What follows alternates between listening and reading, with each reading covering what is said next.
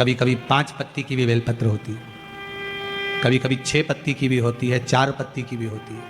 उस बेलपत्र का बड़ा महत्व होता है महाराज जी। 4 पत्ती की अगर बेलपत्र मिल जाए तो महाराज जो लकवे वाला शरीर होता है, जिसके शरीर में लकवा लग जाता है, उस लकवे के शरीर वाले के लिए 4 पत्ती की बेलपत्र शंकर भगवान पर समर्पित कर कर अवधूतेश्वर महादेव के नाम से 7 लोटा पानी, 7 कलश पीले चंदन का जल शिव जी को चढ़ाया जाता है। 4 पत्ती की बेलपत्र को वापस उठा कर लाते हैं, उसको धोकर जो लकवे का शरीर वाला मरीज होता है धीरे धीरे उसको चूर कर उस बेलपत्र को खिलाना प्रारंभ कर देते हैं। धीरे धीरे शरीर उसका काम करने लगता है। जिसको लकवा लगा हो वो प्रयोग कर सकता है। इसी बेलपत्र की जो नीचे की 2 पत्तियां होती हैं, इन 2 पत्ती के लिए पहले भी वर्णन करा, इन पत्र में भी है। किसी माता को इंजेक्शन लगते थे, इंसुलिन लगता था, पर बेलपत्री के सेवन करने से उनको अब इंसुलिन की जरूरत नहीं है, शुगर लेवल में। बेलपत्री की जो पत्ती होती है नीचे की दोनों पत्तियां, इस पर केसर से आप चंदन का तिलक, केसर का तिलक लगा लें। और भगवान शंकर का जो शिव जी के 13 बच्चे हैं, शंकर जी के कितने बच्चे हैं? 13। उन 13 बच्चों में शंकर जी की 5 लड़कियों का नाम ले। जया, जम के बोलिए जया, विषहरा, श्यामली बारी, दौतली और देव, ये शंकर जी की 5 लड़कियां। इन 5 लड़कियों का नाम लेकर एक एक बेलपत्र को शिव जी पर समर्पित करना प्रारंभ कर दें। 5 या 7 बेलपत्र ले लें, उसको समर्पित कर दें, उसको लेकर आए। जब बेलपत्र शुगर वाला व्यक्ति या बीपी वाला व्यक्ति या थायराइड वाला व्यक्ति खाए तो एक एक बेलपत्र सबसे पहले नीचे की पत्ती को तोड़ ले, जो नीचे की 2 पत्तियां, इसको तोड़कर खाना प्रारंभ करें। फिर आखिरी में ऊपर की पत्ती को खाएं। 3 दिन लगातार कर देखिए, शुगर लेवल में आ जाएगी। अभी तो कथा चल रही है, तो दूसरा ही दिन हुआ है, खाकर तो देखो, 4 दिन तो हम भी हैं तो शुगर लेवल में आपको मिलेगी। शिव का विषहरा, तीसरी श्यामली, चौथी दौतली और 5वीं देव, ये शंकर भगवान की 5 लड़कियां हैं जो औषधि का काम करती हैं। आप खड़े होना, आपके घुटने तक होगा। एक बेलपत्री का वृक्ष आपके कंधे तक होगा। एक बेलपत्री का वृक्ष आपके सिर से ऊंचा होगा। गौरी, कात्यायनी और महालक्ष्मी, 3 बेलपत्री के वृक्ष की अवस्था रहती है। कौन से बेलपत्री के वृक्ष से पत्तियों को तोड़ा जाता है? जम के बोलो जरा, कौन से बेलपत्री के वृक्ष से पत्तियों को लिया जाता है? गौरी से? बोलो जरा। नहीं। कात्यायनी से? नहीं। बेलपत्री की पत्तियों को लिया जाता है महालक्ष्मी से। किससे लिया जाता है? महालक्ष्मी से, जो तुम्हारे सिर से ऊपर हो, जिसकी छाया तुम पर पड़ रही हो।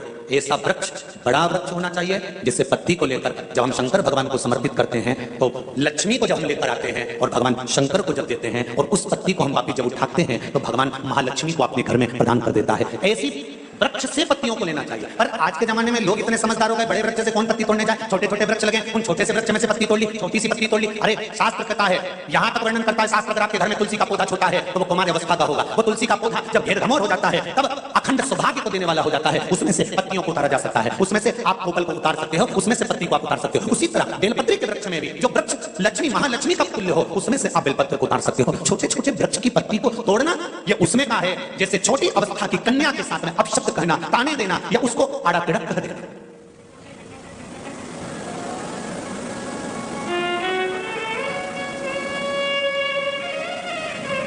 नवरात्र में कन्याओं का भोजन कराती हो कि सौभाग्यवती माताओं का भोजन कराती हो? जल्दी बोलो।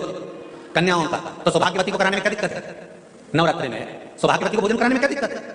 पर दुनिया के लोग कहते हैं कि नवरात्र में कुंवारी कन्याओं का भोजन कराना चाहिए। और जब सौभाग्यवती माताओं का भोजन होता है, सुहागन करते हो, जब तुम्हारे घर में जब सुवासनी करते हो, सौभाग्यवती माताओं का भोजन करते हो, तब कुंवारी कन्या का भोजन कराते हो क्या? नहीं, उस समय सुहागन माताओं का भोजन होना जरूरी है। ये एक अवस्था होती है कि कब कुंवारी कन्या को भोजन कराना है, कब सौभाग्यवती को भोजन कराना है, कब बटुकों को भोजन कराना है, कब ब्राह्मणों को भोजन कराना है, कब ब्राह्मण के बच्चे को भोजन कराना है, कब साधु संत सन्यासी तपस्वी साधु उपासक को भोजन कराना है। एक समय की अवस्था होती है। जैसे जिसकी पत्रिका में मंगल होता है, जिसकी राशि के अंतर्गत मंगल होता है और उसका विवाह नहीं हो रहा, या मंगल होने के कारण उसको तकलीफ आ रही है, या विवाह हो भी गया तो संबंध टूटने जैसा हो गया, कहीं कहीं अदालत में कार्रवाई चलने लगी, कहीं कहीं विवाद जैसी स्पर्धा उत्पन्न हो गई, कहीं कहीं विवाद सामने आ गया, तो उसको कुछ नहीं करना चाहिए। अगर बाजार जाए, अगर मूंगा किसी की अंगूठी में लगा हुआ हो, या मूंगा कहीं उसके घर में पड़ा हो, या मूंगे की माला पड़ी हुई हो, उस मूंगे का पानी, मूंगे को पानी में डाल दो और उसका पानी शंकर भगवान को मात्र 31 दिन तक लगातार चलाना प्रारंभ कर दे। अदालत में केस बंद हो जाएगा, पति पत्नी वापस एक जैसे हो जाएंगे, वापस जुड़ जाएंगे। और अगर विवाह नहीं हो रहा है तो मंगल राशि वाले का अगर विवाह भी नहीं हो रहा तो मंगल विवाह आनंद के साथ पूर्ण होगा। ज्यादा भटकना, बस 31 दिन तक मूंगे का पानी, जो मूंगा आप लोग अंगूठी में पहनते हो, हाथ में पहनते हो, माला पहनते हो, उसी मूंगे को पानी में डालकर उसका जल शंकर को चढ़ाना प्रारंभ कर दो।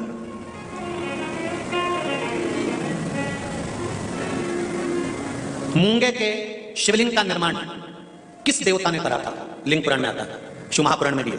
अगर आपके घर में गीता प्रेस गोरखपुर की शिव महापुराण की कथा हो तो उसमें भी पढ़िएगा कि किस किस देवता ने कौन कौन सा शिवलिंग का निर्माण किया है। मूंगे के शिवलिंग का निर्माण सर्पों ने करा।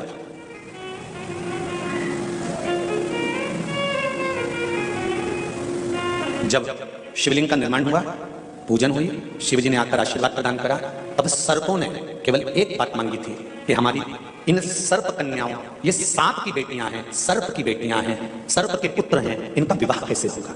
कौन होगा जो इनसे विवाह करेगा? इन सर्प कन्याओं का, इन सर्प वरों का विवाह होगा कैसे? शंकर भगवान ने कहा तुम चिंता मत करो, तुमने मूंगे का शिवलिंग का निर्माण कर मेरी पूजन करी है, जब जब एक लोटा जल समर्पित होगा और जो हृदय से मुझे चढ़ाएगा, उस कन्या के विवाह का, उस वर के विवाह का भार मेरे माथे पर आ जाएगा और मंगल विवाह मैं करूंगा। ये शिव वचन है। एक बहुत सुंदर सा प्रसंग है, जरा ध्यान दीजिएगा। कई लोग कहते हैं हमारा गुस्सा कंट्रोल में नहीं आता, हम बहुत गुस्सा आता है गुरुजी। कोई कहता है मेरी बहू को गुस्सा आता है, कोई कहती मुझे गुस्सा आता है, कोई कहता मेरे बेटे को आता है, कोई कहता मेरे बच्चे को आता है। गुस्सा कंट्रोल नहीं होता, अब शब्द निकल जाता है, पानी निकल जाते हैं, आड़ पेड़ा निकल जाता है, आप शब्दों पर शब्द निकल जाते हैं, बाद में पछतावा भी होता है, बाद में दुख भी होता है, बाद में मन में सोचने में आता है कि ये क्यों हो गया। तो कुछ दिन मूंगे का पानी, अगर मूंगा नहीं हो तो केवल जल का पात्र, उसमें केवल एक हरी मूंग डालकर शिवजी को वो जल चढ़ाना प्रारंभ कर दो। 15 दिन 20 दिन प्रतिदिन शंकर को जल चढ़ाना प्रारंभ तो करो। क्रोध कितना भी तेज आ रहा होगा, संयम में आना प्रारंभ हो जाएगा और मुख से अपशब्द निकलना बंद हो जाएगा।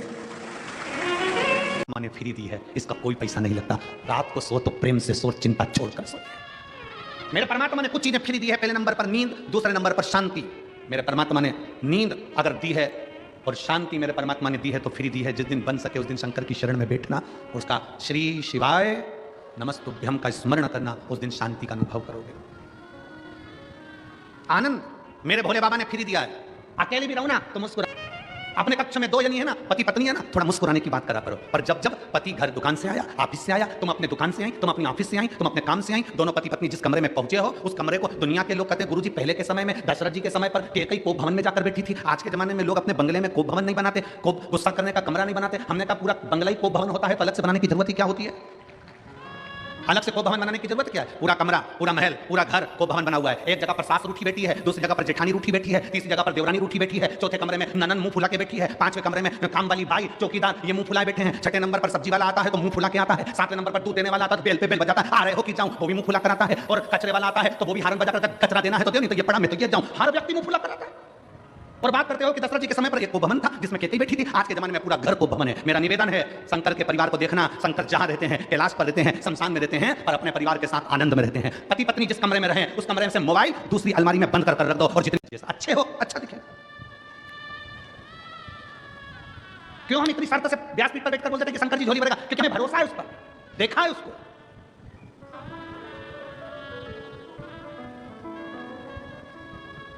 उसको जाना है शिव को, उसका रस तत्व, उसकी भक्ति क्या कहती है।